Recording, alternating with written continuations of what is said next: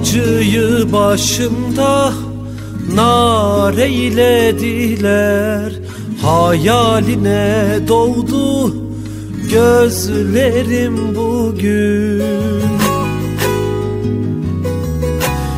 Başımı dumanlı dağ eylediler, seni her nefeste özledim bugün.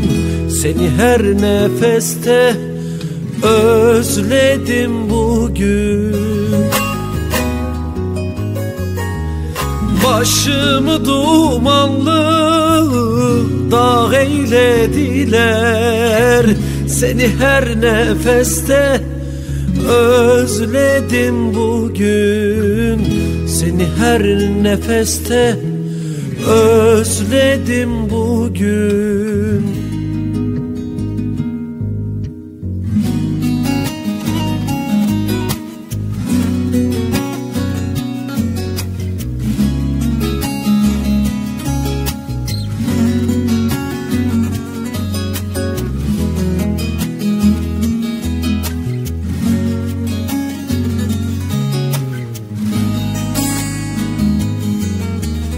Göğsümde yırtıldı çığlığın sesin, ciğerime düğümlendi nefesin.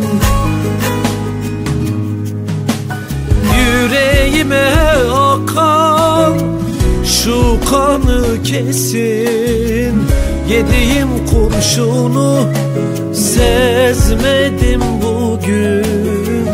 Yediğim kurşunu sezmedim bugün.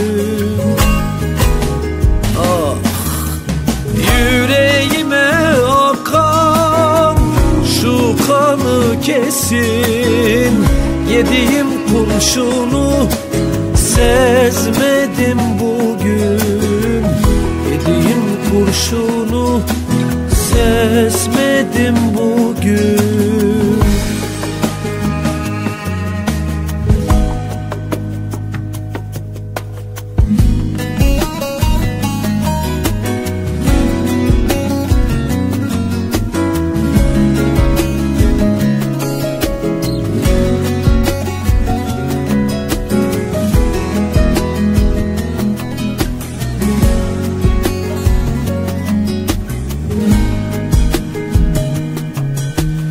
Kırıldı umudu serçe kuşların, yüzüne dağılmış sırma saçların.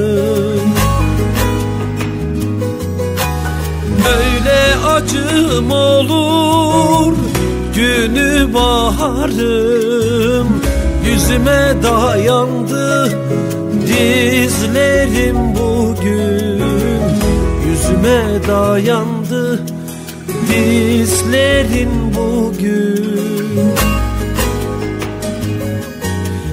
Böyle acı olmaz günü baharın, yüzüme dayandı dizlerim bugün.